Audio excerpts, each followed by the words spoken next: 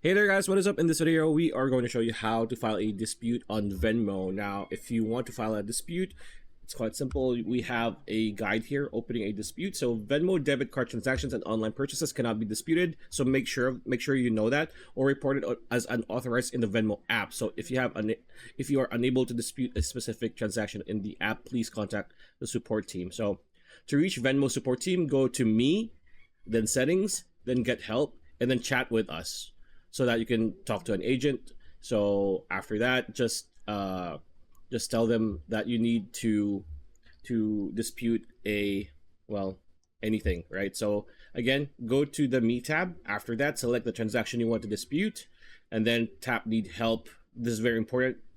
And then select the statement that best describes the situation. So either to include other transactions, select Add More, or after selecting your transactions, tap Add. Then you need to tap Next, and then add any additional information. This is pretty much where you upload anything for your own side of things.